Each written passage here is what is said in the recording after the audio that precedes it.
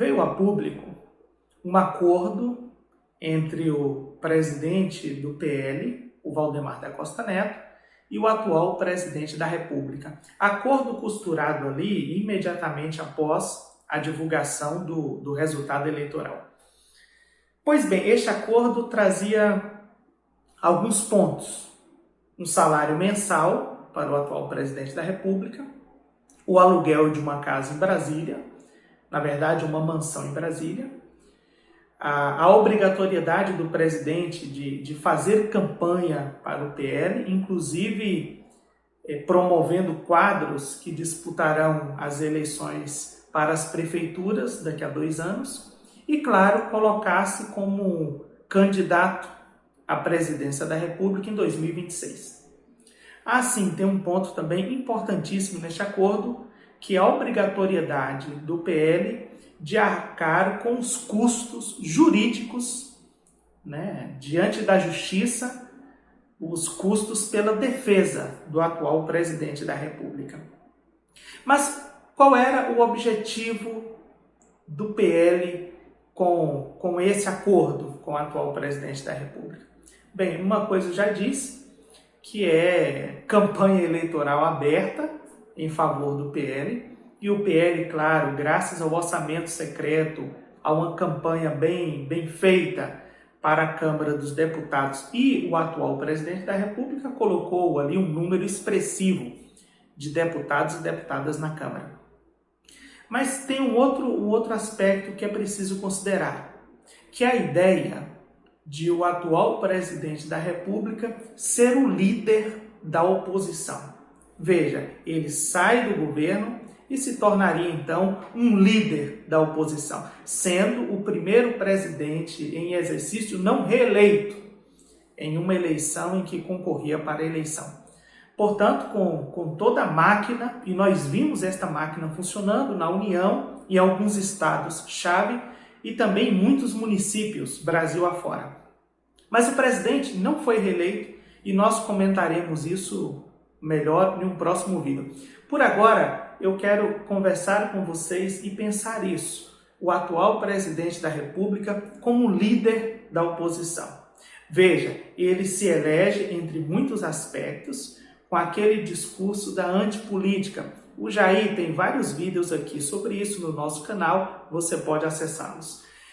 E com um discurso também contra o sistema. E é curioso, porque mesmo estando na presidência da República, exercendo, portanto, de fato e de direito, o mandato de presidente, ele se colocava em certos discursos contra o seu próprio governo. Ou seja, alguém que é de dentro do sistema fala como alguém que é contrário a este sistema ao qual pertence e ao qual alimentou e muito bem com orçamento secreto, por exemplo, nos últimos anos. Pois bem, mas e esse aspecto de ele ser o líder da oposição? É isso que eu quero pensar um pouquinho com vocês. Enquanto deputado federal, reeleito ali várias vezes, o atual presidente da República jamais liderou alguma coisa na Câmara, alguma comissão importante, algum projeto relevante. Ao contrário, quando ele aparecia nos noticiários, era justamente por aqueles aspectos mais grotescos, mais cômicos, e que nós, na verdade, nem levávamos a sério, o que foi um erro, claro, por parte da grande parte da sociedade brasileira. Mas ele nunca liderou realmente nada ali. Mas não apenas quanto deputado, mas e como presidente da República? Bem, como presidente da República, nós precisamos assumir que ele também não liderou o país durante 4 anos. Uma coisa é você vestir a faixa presidencial e dizer eu sou presidente e atender ali determinado número de pessoas no cercadinho. Outra coisa muito diferente é liderar de fato o país. E ele não liderou. Ele não liderou o país, por exemplo, durante a pandemia. Ele não liderou os seus ministros durante a pandemia e nem para o bem do Brasil. Não há um único ministério que nós podemos olhar agora e dizer assim, olha, esse ministério nos fez avançar significativamente nos últimos 4 anos. Muito ao contrário, os retrocessos são evidentes e eles se tornarão mais claros agora no processo de transição e na divulgação desse relatório final. E veja, nós aguardamos aí a divulgação de um relatório importantíssimo do TCU. Mas ele não liderou, porque veja, quando você mesmo não é um líder, não tem aquelas qualidades, características de liderança, e você não entende dos assuntos, você pode muito bem se cercar de pessoas que entendam daqueles assuntos e que podem levá-los adiante, seja em seus próprios nomes, seja em nome do próprio presidente. Mas o que era, por exemplo, o posto Ipiranga na economia? Era desemprego, inflação, alta dos juros, desvalorização do real e valorização do dólar. Isso era o posto Ipiranga, isso é um legado, é um rombo de mais de 400 bilhões. Isso era o posto Ipiranga. A mesma coisa, o super ministro da Justiça, né? Que estava ali, o ex-juiz e ex-ministro hoje, Sérgio Moro, ora apoiador, ora opositor, mas isso não vem ao caso. Mas eu quero considerar o seguinte, a falta de liderança que o presidente da República teve, seja durante a pandemia, seja liderando o país em todos esses momentos importantes dos últimos 4 anos, seja, por exemplo, diante do mundo. Nós não tivemos um presidente que nos representasse à altura diante do mundo. E sabe o que é impressionante? É que não precisava muita coisa. Precisava só de disposição para liderar, para dialogar, para respeitar o seu próprio povo e os outros povos.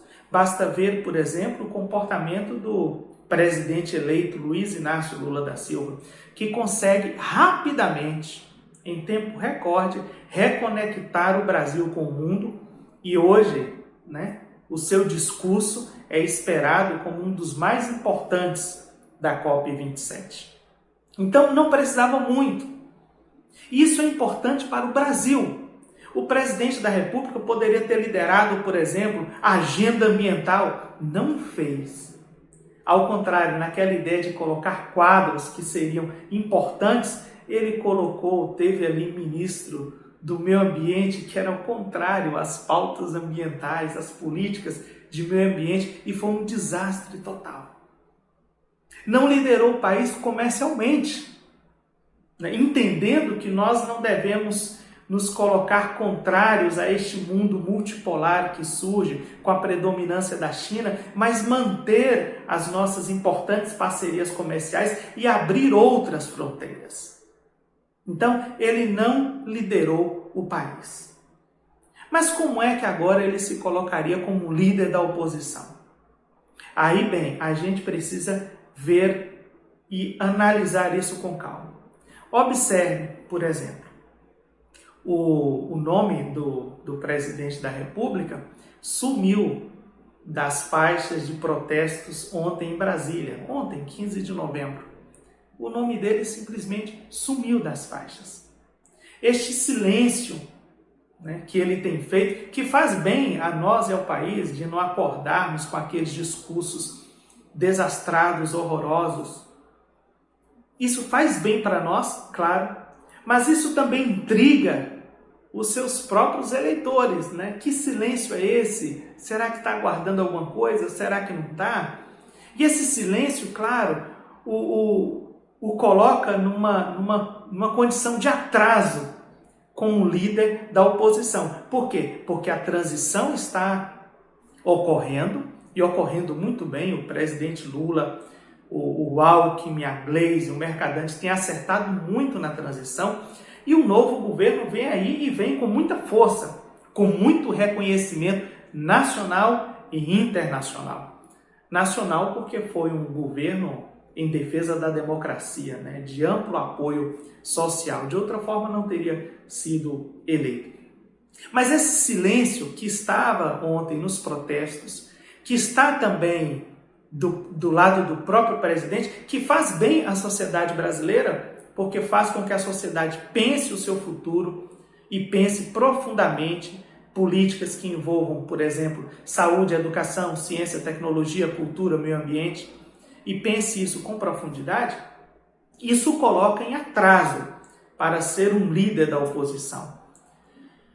De outro lado, a Mônica Bergamo, no dia 4 de novembro, ela escreveu uma coluna no jornal Folha de São Paulo, e ela já dizia ali na coluna que, segundo aliados, aliados do atual presidente da República, já defendem que ele fique fora das eleições de 2026 e apostam em Tarcísio presidente. Tarcísio eleito agora governador de São Paulo. Então, para ser um líder da oposição, ele precisaria, primeiro, veja, na primeira parte do vídeo nós já consideramos, ele não liderou o país, ele não liderou absolutamente nada, a não ser a sua família, naquele enriquecimento que esperamos que ele preste conta. Mas observe, ele precisaria ser uma unanimidade dentro da própria oposição, e me parece que não é. Precisaria ser unanimidade dentro do próprio partido. Eu tenho dúvidas se isso acontecerá. Porque parte do PL, parte do PL é o centrão.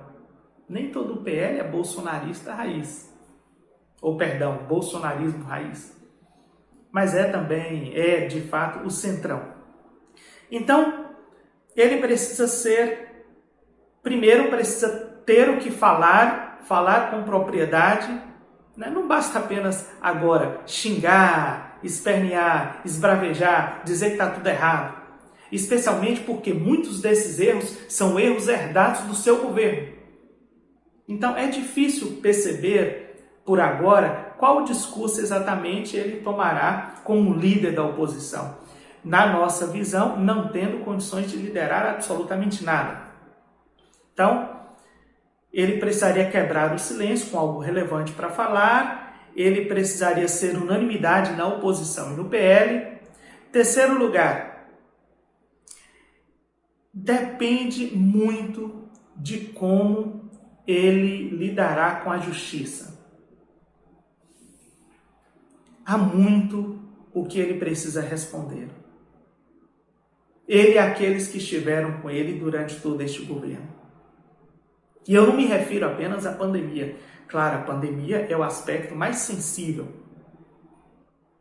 Porque temos aí milhares de mortes evitáveis. Tivemos milhares de mortes evitáveis.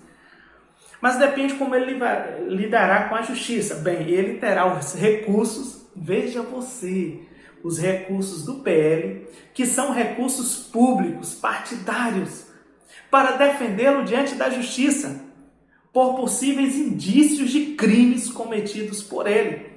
E não adianta agora o Procurador-Geral da República correr, pedir que ele não seja investigado de absolutamente nada, porque o nome dele já consta nas rachadinhas, nos atos antidemocráticos e no inquérito das fake news. Então nós temos aí pelo menos 3. E eu diria o quarto é a questão da pandemia, veremos como isso vai desenrolar. É claro que ele precisa responder diante da justiça, respeitando o direito de ampla defesa e o Estado democrático de direito, mesmo nos limites deste que temos. Mas ele precisa responder, ele precisa se explicar junto à sociedade brasileira. Então, para que ele lidere a oposição, é preciso saber como se dará isso. Há inclusive manchetes aí que circulam na grande mídia, já dando conta das possíveis ações judiciais que ele terá que responder. Então, depende muito como ele vai lidar com estes processos na justiça. E o quarto aspecto, talvez o mais importante deles, depende de como Lula vai conduzir o país. Pois bem, se a condução do Lula se mostrar a que tem sido até agora, firme em muitos aspectos, inclusive aspectos de colocar o que é prioridade, o que será prioridade no seu governo, a oposição terá uma vida muito difícil para ser oposição. porque lhe faltará discurso, substância, sobretudo se o presidente Lula conseguir fazer com que a economia realmente decole. Quando eu falo presidente Lula, ele e a sua equipe. E olha, pelos nomes que estão aí nas equipes de transição, nós podemos esperar aí um governo muito bem assessorado. Então, depende de como o presidente Lula vai se portar, sobretudo na questão econômica. Mas os sinais, ainda que mínimos, são de que o presidente Lula deve acertar nesses aspectos, o que fará com que a oposição tenha uma vida muito difícil. Isso é bom para o país, é bom para nós, porque Lula já está na COP27, eu disse e repito, o discurso mais aguardado é o dele, deve acontecer logo mais. Bem, na hora que eu estou gravando esse vídeo, tá? Você deve receber o vídeo mais tarde. Então, esse discurso importantíssimo do Lula recoloca o Brasil no cenário internacional. Isso é bom para nós, enquanto brasileiros e brasileiras, é bom para a nossa economia, é bom para o nosso comércio, é bom em todos os sentidos. Então, depende como o Lula vai governar. E os sinais são que Lula governará muito bem. Pois bem, o que você pensa disso, desses aspectos? A gente quer ouvir você. O atual presidente tem condições, na sua visão, de liderar a oposição? Que oposição seria essa? Tá? A gente retorna mais tarde.